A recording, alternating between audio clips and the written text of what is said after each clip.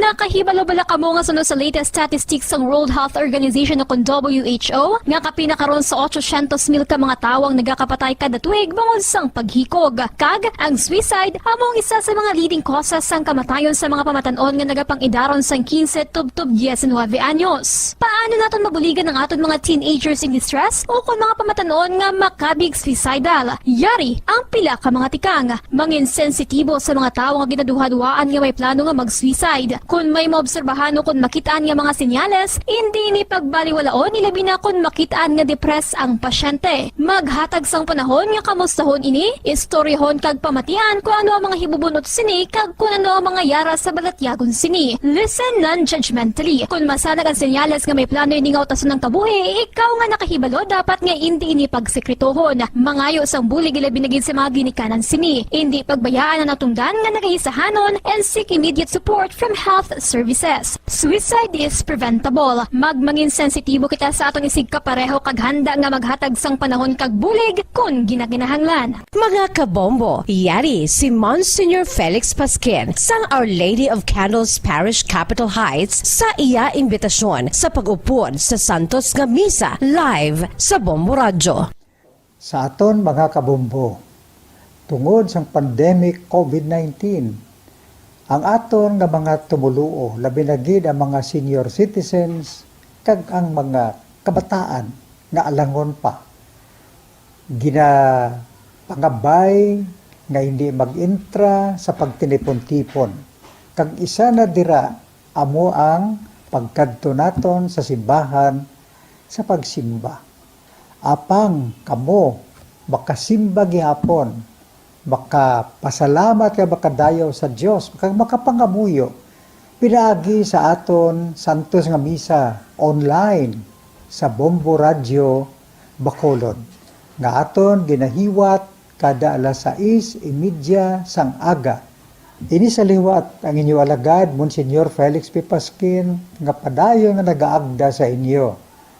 Sa pag-upod sa aton Santos nga Misa sa online sa Bombo Radio kada Domingo alas 6:30 sing aga.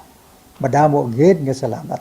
Ang pagbinuligay sa tiun sang pandemya, tuman ka-importante. Apang, antes kita makabulig sa iban, unahon naton anay atipan ng aton tagsa kakaugalingon. You cannot take care of others if you do not take care of yourself.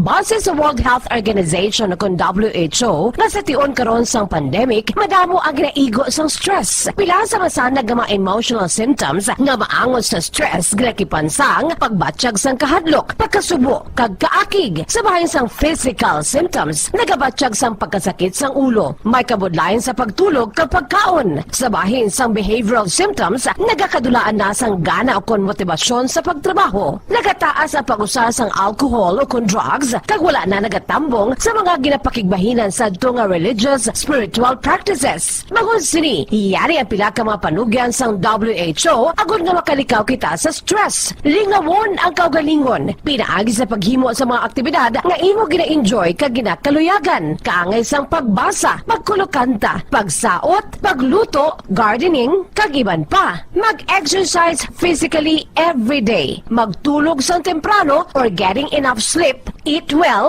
kag ang pinaka-importante sa tanan, magpangamuyo.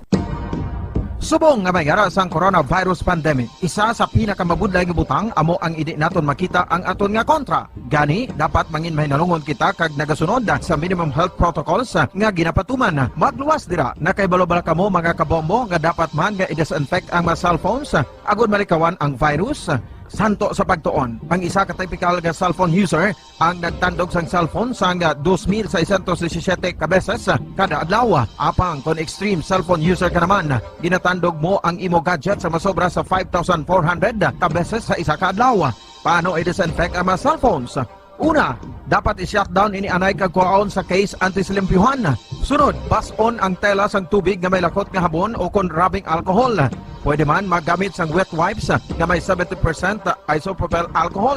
Gamit ini, krapuhan ang screen, likod kag kilid sang cellphone. Siguraduhon nga wala sang moisture nga magasulod sa mga port. Syempre, limpyuhan man ang phone case antes ibalik diri ang cellphone.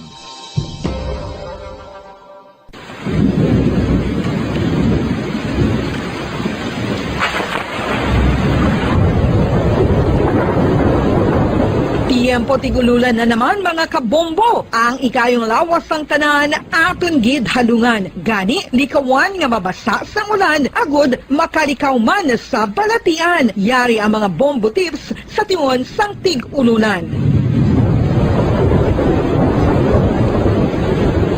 Masami nga magdalagid sang payong. Kung wala sang payong, magdala sa mga butang nga sarang makaprotekta sa imo kung maabdan sang ulan, kaangay sang raincoat ukon jackets. Likawan ang trangkaso ukon anuman nga pamalatian nga nagaguluwa sa tion sang tigululan paagi sa pagpabilin nga hindi mabasa sang ulan. Magdala sang extra towel ukon tuwalya kag mga bayo bilang ilislan agud madasig nga magmalak in kasugid man nga mabasa sang ulan. Magpabilin sa mga lugar nga may atop o kung sarang mapasilungan samtang nagahulat sang salakyan. Likawan man nga mag-ubog sa tubig baha, ilabi na kung ikaw ang may pila sa tiil o kung din man nga bahin sang lawas. Ang ihi kag iban pa nga body fluids gikan sa mga infected nga sapat mahimo magtugas sang leptospirosis. Ang pag-angkon sang leptospirosis delikado o kung makamamatay. Sarang ini makatugas sang kidney damage, meningitis, liver failure, respiratory distress, kag ang pinakamalala, ang kamatayon. Kung hindi malikawan nga mag-ubog sa tubig baha, magsuksok sang butas.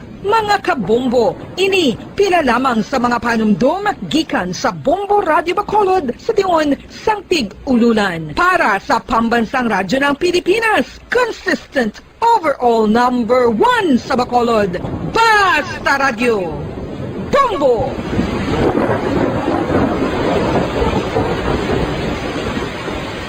Ano ang RA 9003? Yari ang mga butang nga dapat mo mahibaluan angod sa Ecological Solid Waste Management Act of 2000. Ang Section 10 nagamando sa decentralization sang waste management o kung paghaboy sang basura. Sa iya implementing rules, ginamanduan ang mga barangay nga magtukod sang Barangay Solid Waste Management Committee. Ano ang mga katungdanan? 5 dekada nang nagtataguyod ng katotohanan.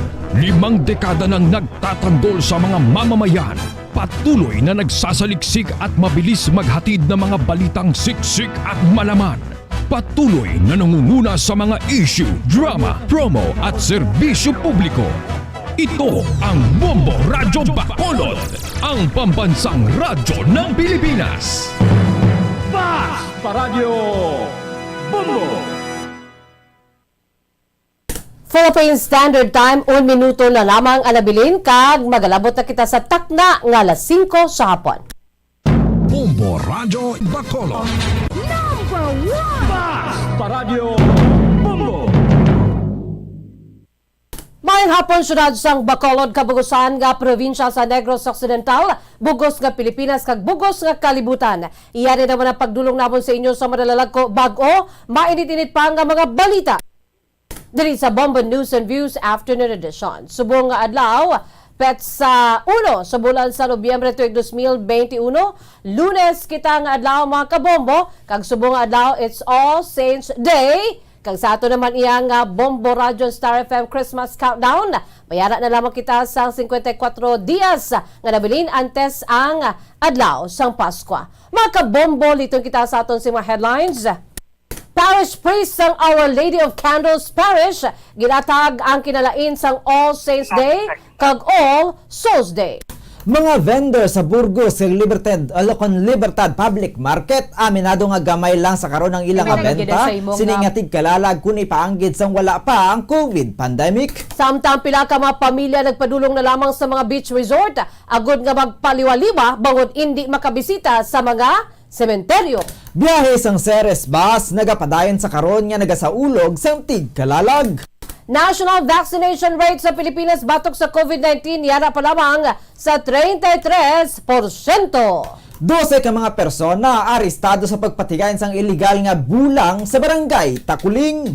Amoy ito mga kabombo ang aton si mga headlines. Kagkaroon, lito na kita sa mga detalye na sa aton nagapanguna nga mga balita sa gihapon upod sa inyo sining mga tagbalita. Bombo Zaldi Foro II Kag Bombo Jazz de Jesus Madrigal. Sa detalye na sa aton nagapangunang nga balita, ginatag sang parish priest sa Our Lady of Candles Parish ang kinalain sang All Saints Day kag All Souls Day nga ginasaulog kada Nobyembre 1 kag 2 kada tuig. Sunod sa kay Monsignor Felix Pasquin, ang Nobyembre 1 o kunang All Saints Day amo ang solemnidad sa liturhiya sang simbahan kung sa diin ginapasidunggan ang tanan nga mga santos. Patag sang pari nga apisan nga may ginaselebrar nga fiesta para sa tagsa ka santo sa narisari nga petsa, isa ka best sa isa ka tuig, ginapasidunggan man ang tanan nga mga canonized nga santos gikan sa bisan diin man nga tribo o kunasyon sang dululungan. Ang tema sa All Saints Day sunod sa kay Monsignor Pasquin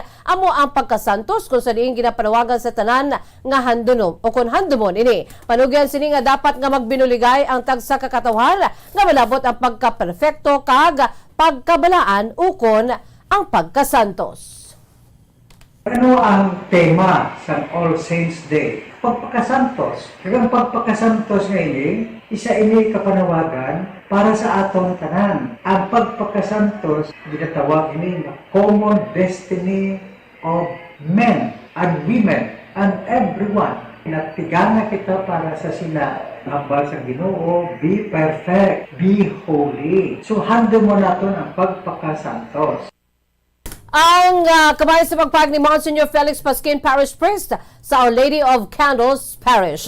Sa piyakamahin ng All Souls Day naman nga ginaselebrar kada Nobyembre 2 o kunwas nga adlaw, amo ang pagdumdum sa tanan nga mga kalag labi ang yara sa purgatorio. Sunod kay Monsignor Pasquin, 3 ang mahimo padulungan sang tawo sa tion nga mapatay. Ini ang gilakipan sang langit nga igapasalamat gid sa mga tawo kun diri magpadulong. Impyerno kung sa wala na sang appeal for reconsideration ang makalag kun dira sila mahulog. Katatlo, amo ang purgatorio. Ang mayara sa purgatorio ang makasigurado naman nga makapadulong sa langit suno sa pari kag suno sa pagtuluhan sang Romano Katoliko. Apang maini ang mahimo nga may sala pa nga wala napatawad ukon napatawad na apang hindi pa bugos nga na satisfy. Bagon sini nagakinahanglan ang mga kalag nga yara sa purgatorio sang pagpangamuyo sa mga buhi. Ini ang paagi agod nga matinluan ang mga kalag sa mga nagtalaliwan nga pinalangga sa kabuhi agod nga matigayon nga makasaka sa langit. Samtang bilang kabahin na sang kinaadman sa mga Pinoy sa Fiesta Minatay, ang mga tao ang nagapadulong sa sementeryo agod nga magsindi sang kandila. Aminado si Monsignor Pasquin nga hindi na ini mahimo sa karon bago sa COVID-19 pandemic, apang panumdum sang pari nga mahimo gihapon ang pagpangamuyo sa mga kalag sa parokya ukon sa simbahan. Kag mahimo man, bisan sa tagsa ka, panimalay. Ini sila, ang mga sa purgatorio, sigurado saved na ini sila tanan. Saved na. Apang nag-aagi pa sila sa temporaryo nga cleansing o kon pagpandinlo sa ginakalag. Agod nga makasaka sila sa langit. November 2, adlaw sa Minatay, ginapamisahan, ginapang gyapon sila. Ang dugang pagpag ni Monsignor Felix Pasquin, Parish Priest sa Our Lady of Candles Parish. Sa humiliya nga ginpatigayon sa San Sebastian Cathedral alas 12:15 sang udto, ginpakigbahin sang pari nga mga santo sa mo ang dapat niya mangin modelo sang kada isa. Naibaluan niya nagnubo na lang sa 3 ka misa ang ginpatigayon sang simbahan. Hindi kaya nga isang wala pa ang COVID-19 pandemic kung sa diin puno ang ilang nga schedule. Nga ginalakipan pa sang pagbisita sa mga sementeryo. Ang misa ang ginpatigayon sang alas 7 sang aga, alas 12:15 sang udto kag alas 5 subong nga hapon. Sa humiliya ni Father Vince Nigel Camarines ang udto, ginpahig sini nga ang mga santo sa mga aton nga kapawa sa pagtrabaho sa tagsa kaadlaw. Pahig sini nga dapat mangin modelo sa mga tawo ang mga santos, ilabi na sa ilang nga nangin pagserbe sa Dios. Suno sa pari ini ang expectar sang Ginoo sa kada tawo kag ang magaserbe nga halimbawa amo ang mga yara na sa langit. Dugang pa sini nga dapat ma-inspire kita sa binuhatan sa mga santos, ilabi na kon nagakadulaan na kita sang paglaom. Kaya mga santos sa mga magapahanumdum sa aton nga mag-move on kag magpadayon. Dugang pa ni Father Camarines nga magapahanumdum man ang mga santos sa aton nga ang Ginoo ang yara lang perme para sa aton. Panugyan sini nga dapat matanom sa aton tagipusoon ang kagustuhan nga mangin kaangay sa mga santos nga nagasunod sa Dios. Payag pa sang pare nga agod mangin kaangay kita sa mga santos, makita man dapat sa aton binuhatan ang insakto kag matarong. key sa atong pagitusuon, sa atong desire na mangin kasubong sa ila. We are not only aware, we are not only reminded, but more so, we are convinced that we also would want to follow and imitate their good work. Ang kabansang humiliya ni Father Vince Nigel Camarines ang San Sebastian Cathedral. Samtang sa ibang pinatuloy kapangunang nga balita lokal, aminado ang market vendors sa Burgos Public Market naggamay lamang sa karon ng ila sinibenta may kauntanan sa mga kalanon para sa Fiesta Minatay kung ipanggid sang wala pa ang COVID-19 pandemic. Sunod sa ka Elizabeth, isa sa mga market vendors, bangod nga ginalauman na nila nga gamay lamang ang manugbakal, jutay lang ang ila sining nga ginakumpra ka ginaluto agod igabaligya. Ang lubi o kung gata ang nagabalo naman sang 20 pesos to 25 pesos, samtang ang pilit sa Burgos Public Market nagabalo sang 50 to 60 pesos. Sunod sa kay Elizabeth, nagabaligya na lamang ini agod nga masiguro nga may mapauli sa iya sini pamilya. May 5-5, may 60 ma. May pagin nga pilit. May araman ng 50. Mayong klasyon 60. May niya lakay. Kamusta ang bakla na ima? Do, hindi gina masyado ma. Ang bakal. Dutay lang tao. Kapag yung pra. Lain din na naman subong kay pandemic ma. Dutay lang ma. May bakal lang ang sudan ma.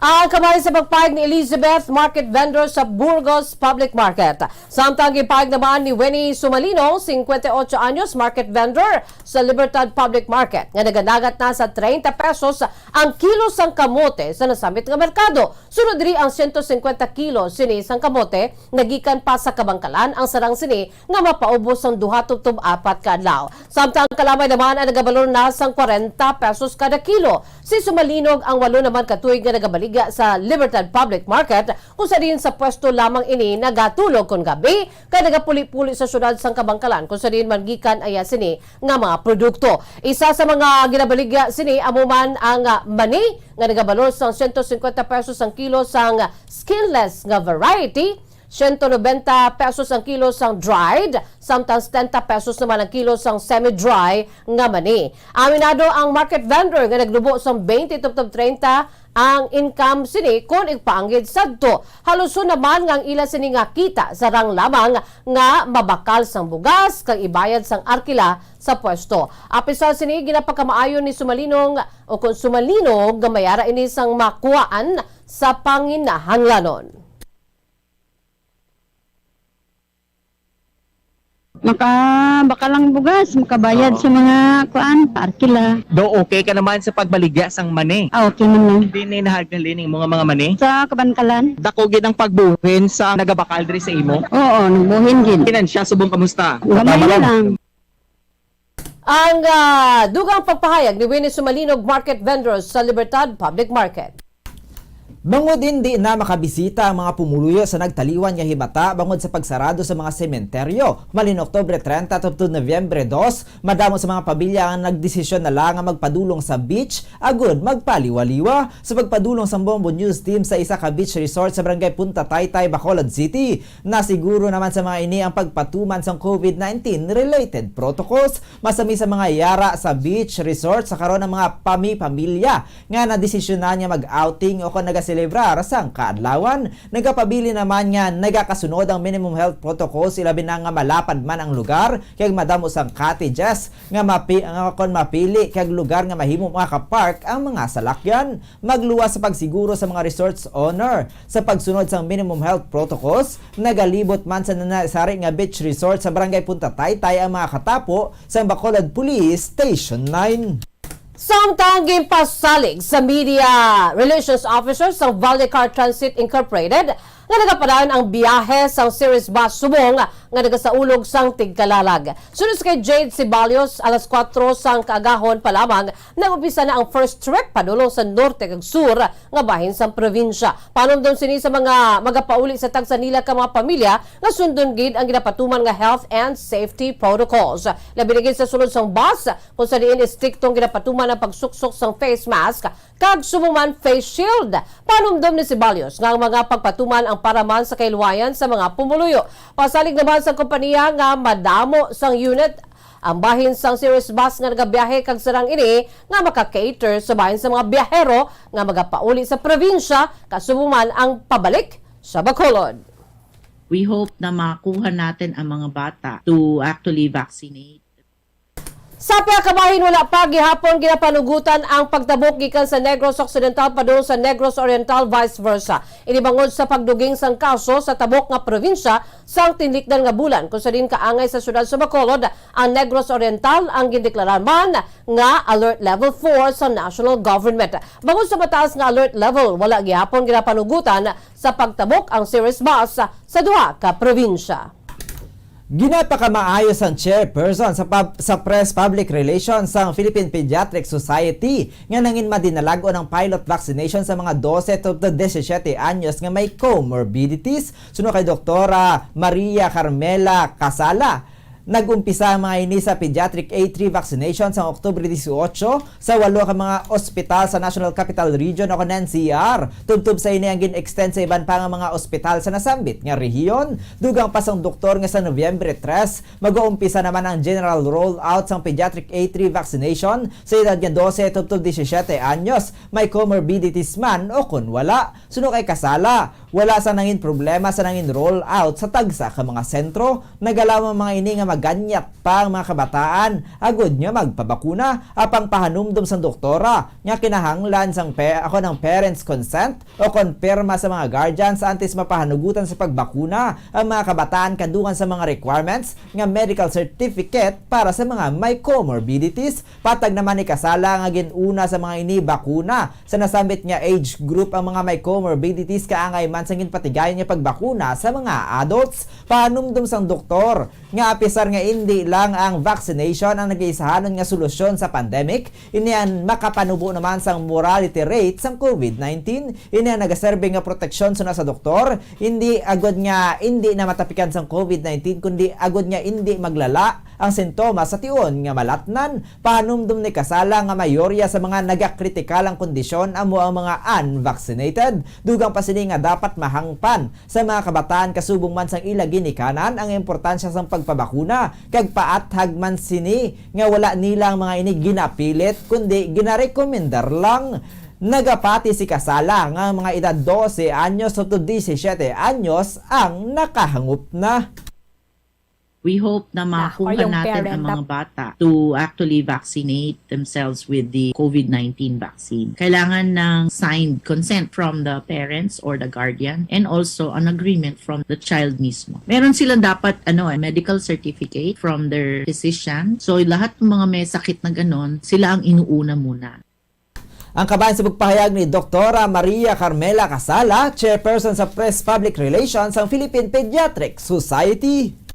Samtang yara pa lamang sa 33% ang national vaccination rate sa pungsod Pilipinas batok sa COVID-19. Sunod sa kay Dr. Maria Carmela Casala, ang chairperson sa Press Public Relations ng Philippine Pediatric Society, nga pa ini sa ginatarget nga 70% sa kabugusan nga populasyon agud nga malabot ang herd immunity. Apang bangod sa mataas na ang vaccination rate sa Metro Manila, gani ginapasuguran na ang pagbakuna sa pediatric A3 o kung naman nag-edad 12 to 17 years old. Nagalaom naman si Casala nga maimplementa naman ini sa bilog nga pungsod. Gindumduman ini nga tuman nakalawig ang pagbululagay sa mga tao bangod sa travel restrictions gani nagahimo sila sang paagi agud nga makabalik ang Pilipinas sa normal. Nagapati ba na doktor nga hindi madula ang virus apang luyag nila nga mapagamay ini tubtob sa hindi na makahatag sa malain nga epekto sa mga tawo. Adugang pa ni Casala nga kon nabakunahan sa COVID-19 vaccine bisan pa nga malatnan sang virus sa pagwa sa susunod, malikawan naman nga ini ang magdangat sa kamatayon. Gayun pakigbahin man sang doktor nga sa iban nga pungsod may mga clinical trials na sa COVID-19 vaccine nga ginatublok sa edad 5 katuig pasaka. Samtang sa pagkabahin, isa naman sa rason kung nga ginaduso ang pagpadasig sa paglabot sa herd immunity, amo ang pagpanugot sa pilot implementation sa bahin sang face-to-face classes. Patag ni Casala nga go signal na nga iginhatag sa mga low-risk areas kasubong man sa mga lugar kung sa diin ginalakat na lamang sa mga estudyante kag manunudlo ang buluthuan. Nagapatigay naman ang Department of Health sang infection standard sa mga buluthuan nga napanugutan agon nga marikawan ang paglaton sang COVID-19. Kung ang pagpatuman ang pagpatuman sang face-to-face learning sa mga kindergarten to grade 3, ginalantaw ni Kasala nga mahimo naman nga ma-expand ang pahanugutan pasaka sa mas mataas nga grade level. Sa ngayon po, ang national vaccination rate, no, mga 33%. Malayo pa yun dun sa ating pakay. Pero sa Metro Manila, medyo mataas-taas na po. Kaya po inumpisahan na rin ang pagbabakuna sa mga minors, 12 to 17. Sana po sa buong bansa, magawa natin itong pagbabakuna para talagang matulungan natin ang bayan na umangat from this COVID-19 pandemic. Ang dugang pagpahayag ni Dr. Maria Carmela Casala, chairperson sa Press Republic Relations sa Philippine Pediatric Society. 12 ka mga persona ang natigay nga madakpan bangod sa ilegal nga pagpamulang nga sa ginpatigan nga anti-gambling activity sa Milky Way Street, Purok Planeta, Puente Villa Subdivision, Barangay Takuling, Bacolod City. Sunod kay Police Major Leo Estopa, hepe sa Bacolod Police Station 6, ang mga nadakop ang ginkilala kanday Jo Marie Cabalfin, Armando Amar, Norberto Mahusay, Edwin Sanol, Jomar Cabalfin, John Merano, kag Raymart Pangasian, lunsay mga residente sa nasambit nga barangay. Nadakop man sanday Gerald Ochavo kag Reynan Balasabas, lunsay mga residente sa barangay Vista Alegre. Ernesto Pegarido sa barangay Estefania kag Emilio Figaredo sa barangay Alihis, Bacolod City. Magluwas sa mga residente sang Bacolod. Kalakip man nga nadakop ang residente gikan sa pasa syudad sang Himamaylan, Negros Occidental nga si Ruben Barrios. Suno kay Estopa, na-recover nila ang 6 ka mga manok kung sa diin 2 diri ang patay kag 4 naman ang buhi. Dugang pasang hepe nga nakaduhan na kasultada ang mga nagabulang antes ng tigayo ng pagdakop. Magluwas sa mga manok, na-recover man ang 2 ka set sang gaffs o kon bulang nga mayara pa sang sududlan, 1 ka bundle sa mga bulang, kasubong man ang 2,160 pesos nga pusta. Naibaluan nga madamo sang iban pa mga nag-intra man sa ginpatigan nga illegal nga bulang ang nakapalagyo matapos nga namotikan ang mga kapulisan. Ang 12 nga nadakop ang gindala na sa kustodiya sa Bacolod Police Station 6 kay magapangatubang sang paglapa sa Presidential Decree 449 o kon ang illegal cockfighting law. Dugang pa sang hepe nga magluwas sa ginlapas nga layi. Wala man ang mga ini nakapatuman sang social distancing bangod sa pagpunsok sa lugar. Ginpasalamatan man ni Estopa ang mga pumuluyo sa nasambit nga purok nga nagpalabot sa impormasyon sa ila. Pahanumdum naman sang hepe sa mga pumuluyo nga ginadumilian ang pagpatigan sang lusok, ilabi na sa mga kapurukan, kasubong man ang derby bangod sa COVID-19 pandemic. Anti-gambling operations dito sa may Purok Planeta, Puente Villa Road, Barangay Takuling, Bacolod City. Nakatigayon sila nga makadakop sang 12 ka mga persona. Nagkarilain man address, hindi man nung sa dira nga purok. Natigayon nila na makuhaan sang 6 ni ka manok, may 2 ni ka patay nga manok kag ang 4 nga buhi. Ang kabayan sa pagpahayag ni Police Major Leo Estopa, hepe sa Bacolod Police Station 6. Samtang liton kita alay sa aton sini nga good news, nagtumbo sa Kalipay alabing una nga nalawagan nga nagtagdaog sa 1-2 Panalo Part 20 promo sa Bombo Radio sa Star FM. Sunod sa kay Agripina Longgakit, nagabanta ini sang Tiangge sa nabatean sini ang paglawag sa sini nga ngalan. Ginapasalamatan man sini sa Ginoo nga siya ang nabunutan nga magbaton sang 500 pesos na cash kag gift pack nga nagabalor sang 650 pesos. Sunod sa kay Longgakit, bakal sini sang dugang nga groceries. Iya sini nga Tiangge ang cash nga nabaton samtang ginakalipay man sini nga madugang sa lulutuon subong nga tigkalalag ang bihon nga kaupod sa gift pack. Bangod sa wala ini sang kabataan, plano naman sang tagdaog nga tagan man sang pagalutuon ng iya sini nga mga kaingod balay. Nagapangagdaman ini sa iban nga magpasakop man sa promo kag maghulog sang entry agud nga makadaog man kaangay sa iya. Adugang pa sini nga hindi lamang sa daily prizes ang tsansa sa mga nagahulog bangod mahimo man ang mga ini nga makadaog sang 1 billion pesos sa pag-abot na sang grand draw. Una nga hatag. 100. Ikaduwa. 200. Ikatatlo. 300. Ikaapat. 400. Ikalima. 500. Gamiton ko ang 500 pesos dugang grocery sa Konsangi. Muna pangitan ako doon lang. Basta radyo Bombo. Number 1 ang Bombo Radio. Ang masadyang pa-award sa winner, sa aton sininga daily winner, kasi Agripina Lunggakit.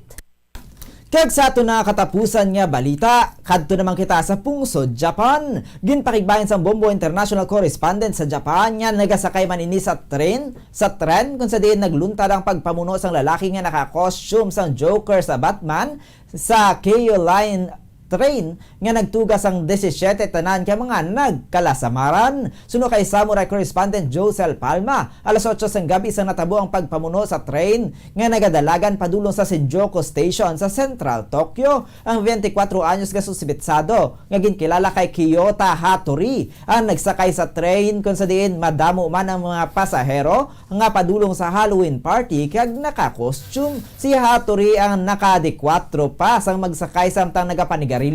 Tubtub sa ginlapta sini sa train ang lighter fluid kag ginsindihan nga nagtugas ang pagkalayo. Kasunod sini ginwaras man sini ang bitbit nga kutsilyo kag didto na nagpangbuno sa mga kaupod nga pasahero. Suno kay Palma, una nga nangin biktima ni Hattori ang isa ka 70 anyos nga lalaki nga kritikal na ing kondisyon sa ospital. Nasundan pa ini sang 16 ka iban pa nga mga biktima nga ginalakipan sa mga teenagers tubtub sa 60 anyos. Bangod sini nagtuga man ini sang pagpanik sa mga tao sa train kung sa diin iban sa ila nagdinalagan padulong sa iban nga mga bagon kag may iban pa nga nagbukas ang bintana sang train agud nga makapalagyo kay Joker. Patag ni Palma nga may emergency stop button ang train gani mahimo ini mapapundo bisan pa malayo na sa train station ang dalagan.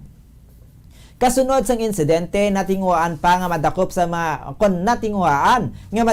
kapulisan na suspitsado nga nahibaluan luyag magpatay bangod gusto sini nga masintensyahan sang death penalty bangod sa kahangawa sa posibilidad nga may kaangay pa nga insidente ang magluntad. Ginpalibutan man sa mga kapulisan ang Hatsiko Shrine sa Shibuya Crossing agud nga masiguro nga hindi maulamid sa pagpangatake. Suno kay Palma ang insidente ang ikatatlo na nga pagpangatake sa train subong atuig kung sa diin ang una ang natabo sa opening sang Tokyo Olympics kung sa diin nahibuloan nga napulo man ka mga biktima ang ginbuno sang isa ka lalaki. Nasundan naman ini sang pagpamasya sang asido sa isa ka train station sa closing naman sang Tokyo Olympics. Una diri nga naigo ang isa ka 70 anyos nga tigulang, naigo ini siya sa dugan kag amoy ni subong ang maara sa critical nga condition. Maluwas dira may dugang pa nga 16 ka mga tawo ang nakaagom iya sang mga minor injuries. Ining aton nga suspect gindakop sang aton nga mga kapulisan kag ini ginkilala kay Kiyota Hattori.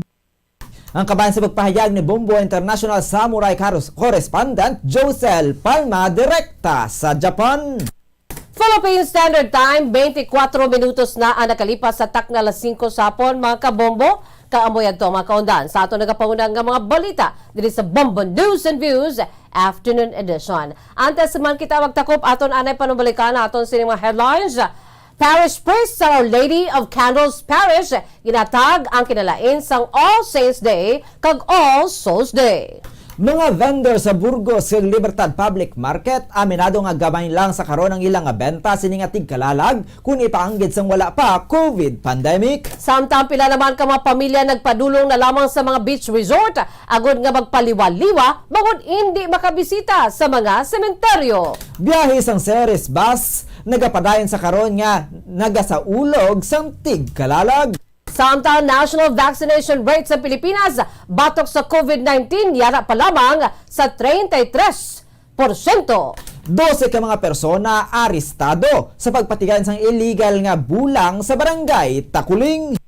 Amo ito mga kabombong pagdulong namon sa inyo sa mga dalalag ko bag-o mainit-init pa nga mga balita diri sa Bombo News and Views Afternoon Edition. Subong adlaw Lunes, petsa 1 sa bulan sa Nobyembre tuig 2021, Fiesta Minantay, Tigkalalag. By the way, sa aton sini nga Christmas countdown sa Bombo Radio Star FM Christmas countdown, we have 54 days to go before Christmas. Standby na kamo mga kabombo sa aton sini masunod nga programa ang Bombo Reports afternoon edition upo naman sa kay Bombo Dennis Rubica. Kag sa gapon ini ang inyong mga tagbalita. Bombo Zaudi Foro the Second. Kag Bombo Jazz de Jesus Madrigal. Para sa pambansang radyo ng Pilipinas, consistent overall #1 sa Bacolod, Basta Radyo Bombo! Sabay naman sa aton sinigang news analysis, nagipadala sa aton maukon nga tagpalamati, pagbasaw ni Bombo Daniel Acciones, ini ang may tigulo, Fiesta Minatay. Subong nga adlaw magapadulong na kuntani kita sa sementeryo. Apang ginidilian kita sang gobyerno tungod sa pandemya, mataas pa ang kaso. Bisan sa nagabaligya kandila dako ang epekto. Madamo pa man ang pamaagi nga pagdumdum sa ila. Ipaagi na lang naton sa pangamuyo nga sa piyak nga kinabuhi malipayon sila. Luto na lang kita sang Suman kag Valenciana. Agud to sa gabi kita ang may itigana. Fiesta Minatay ato na tani tradisyon. Ang pagduaw sa mga naguna sa aton. Mga pinalangga aton ginadumdum. Nagasindi kandila kag bulak nga matahom. Apisar sa sini mga sitwasyon, COVID-19 inigid sa aton makapugong pag kumemorar sa mga una sa aton nagtaliwan, pagpahayag sa pagpalangga nga hindi naton sila malipatan. Ang ini nga panguna-una ang pananawan ang ginpadala ni Leo Siralbo sa Granville Subdivision, Barangay Mansilingan, Bacolod City. Sa mga tagpalamati sang Bombo Radyo Bacolod, pwede man kamo magpadala sang inyo panghuna-huna kag pananawan sa Bombo News and Views Afternoon Edition. Care of DYWB Bombo Radyo Bacolod, CBS Development Corporation Building, Lacson Street, Mandilagan, Bacolod City. O kung pinaagi man sa email address ang Bombo Radyo Bacolod, bombo_bacolod@bomboradyo.info. Bombo Radyo Bacolod. Rapuhan ang screen, likod kag kilid sang cellphone. Siguraduhon nga wala sang